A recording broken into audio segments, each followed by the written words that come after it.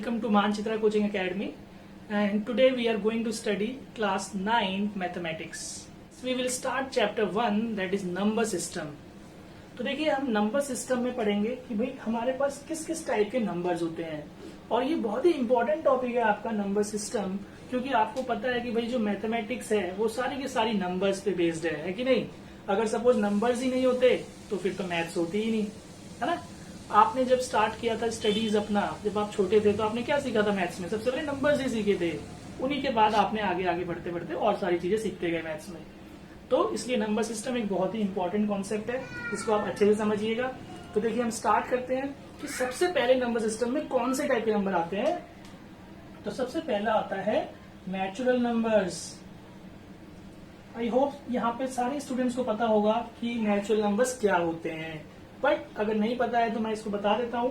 Natural numbers वो numbers होते हैं जो 1 से स्टार्ट होते हैं, 1 2 3 4 5 एंड गोस टिल इंफिनिटी, चलते ही जाते हैं, खत्म नहीं होते। अब देखिए इनको नेचुरल नंबर्स क्यों बोलते हैं, क्योंकि ये एक बच्चे को नेचुरली ही सिखाए जाते हैं। नेचुरली मतलब कि जब कोई बच्चा छोटा होता है तो उसके पेरेंट्स उसको क्या सिखाते हैं, भाई मैथ्स में नंबर सिखाते हैं। कैसे? 1 2 3 4, है ना। 1 से तो सिखाते हैं, आपने भी जब स्टडीज की होगी तो 1 से ही तो नंबर सीखे होंगे।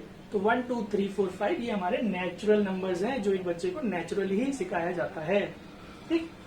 देन उसके बाद जब बच्चा सेकंड थर्ड फोर्थ में जाता है तो सेकंड क्लास में या थर्ड क्लास में होल नंबर्स का कॉन्सेप्ट इंट्रोड्यूस होता है। होल नंबर्स, अब होल नंबर्स क्या होते हैं?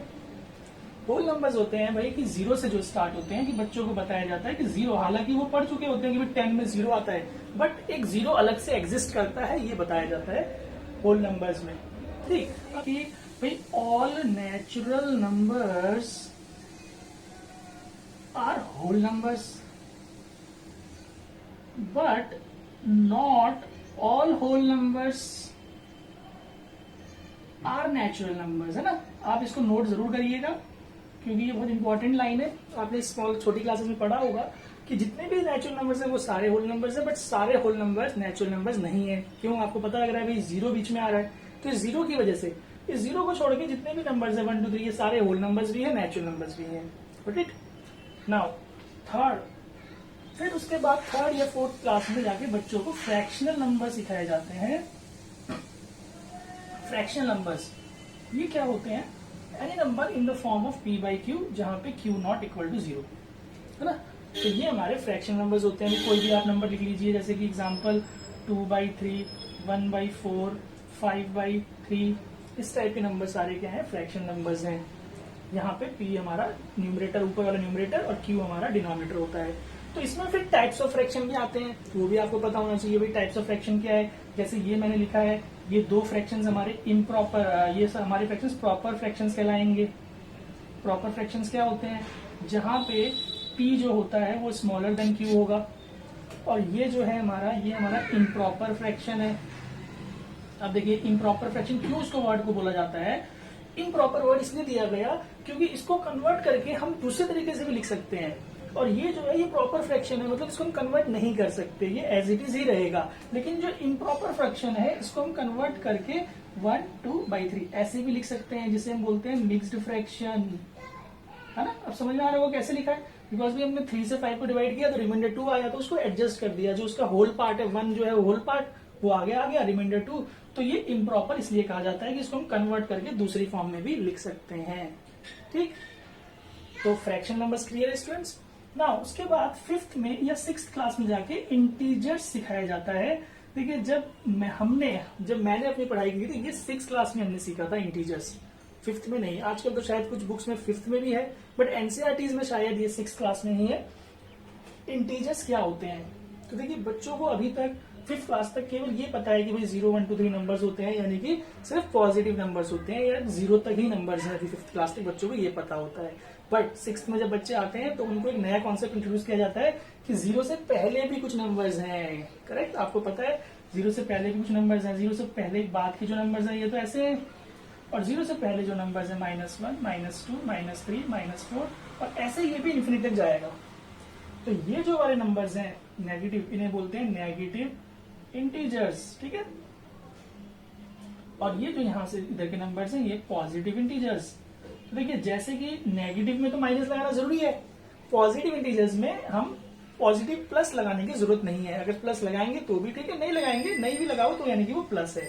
और जो जीरो होता है उसको हम बोलते हैं नीदर नेगेटिव नॉर पॉजिटिव, इसके लिए कोई साइन की जरूरत नहीं है।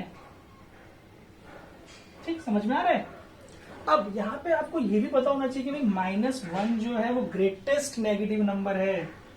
ग्रेटेस्ट नेगेटिव नंबर, मैंने देखा है कि यहाँ पे कई बार बच्चों को थोड़ी कंफ्यूजन होती है, बच्चे ये भूल जाते हैं। ये क्या होता है कि भाई जैसे मैं पूछूंगा -10 और -1 इन दोनों में कौन सा बड़ा है, तो बच्चे सोचते हैं 10 बड़ा है। नहीं, रॉन्ग। -1 इज ग्रेटर, क्योंकि जो माइनस का सबसे बड़ा नंबर है वो -1 ही है। उसके बाद जो भी वैल्यूज आएंगी, क्योंकि आप ऐसे भी समझ सकते हैं कि जो नंबर लाइन हम देख रहे हैं, नंबर लाइन है सपोज, तो नंबर लाइन में जो नंबर राइट में अपेयर होता है वो हमेशा ग्रेटर होता है, और जो लेफ्ट में अपेयर होता है वो हमेशा स्मॉलर होता है। राइट, तो ये इंटीजर्स आ गया। उसके बाद 7th क्लास में और 8th क्लास में बच्चे आप लोगों को इंटीजर्स रैशनल नंबर सिखा जाता है। आप लोग रैशनल नंबर्स आप लोग सीखते हैं, जिसमें कि बिल्कुल फ्रैक्शन की तरह ही होता है ये भी, P/Q। बट क्या डिफरेंस है इन दोनों में? अब यहाँ पे देखिए इसमें Q भी नॉट इक्वल टू 0 रहेगा, बट डिफरेंस क्या है कि जो न्यूमरेटर है वो पॉजिटिव और नेगेटिव दोनों हो सकता है। क्योंकि अब यहाँ पे नेगेटिव नंबर्स के बारे में आप सीख चुके हैं, तो आपको ये पता है कि भी रैशनल नंबर्स में नेगेटिव भी हो सकता है।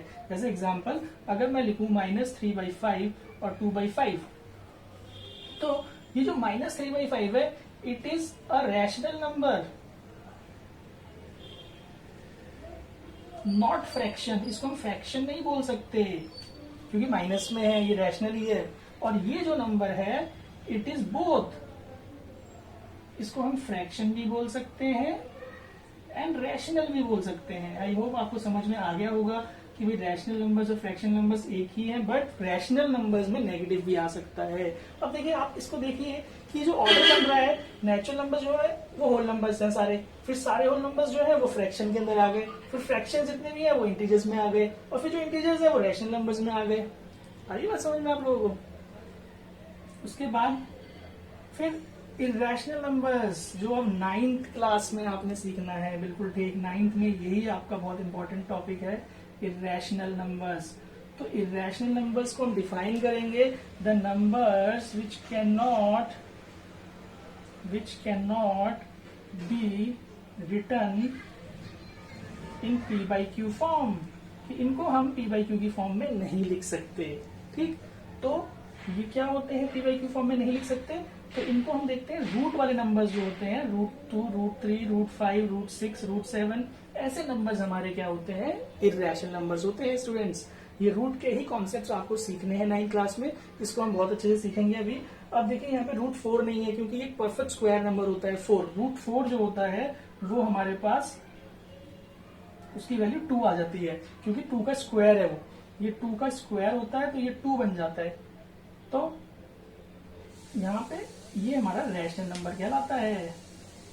ऐसे √9, रूट जो परफेक्ट स्क्वायर्स हैं स्टूडेंट्स, जो परफेक्ट स्क्वायर्स हैं आर रैशनल, वो हमेशा रैशनल ही हैं, रूट के अंदर भी होंगे तो ठीक, अदरवाइज और सारे जितने भी रूट के अंदर आएंगे दे आर इरेशनल नंबर्स। तो आई होप आपको ये समझ में आया होगा नंबर सिस्टम का कॉन्सेप्ट। ये आपकी फर्स्ट एक्सरसाइज में आपको हेल्प करेगा ये एक्सरसाइज को करने के लिए। तो आई होप फर्स्ट एक्सरसाइज आप इजीली कर पाएंगे। आप फर्स्ट एक्सरसाइज ट्राई कीजिएगा, मैं आपको फर्स्ट एक्सरसाइज के क्वेश्चंस आपको नेक्स्ट वीडियो में अपलोड करूंगा। अगर आपको ये वीडियो अच्छा लगा हो, समझ में आया हो, तो आप इसको लाइक कीजिए और अपने फ्रेंड्स के साथ शेयर भी कीजिए, और इस चैनल को सब्सक्राइब करना ना भूलें। Thank you.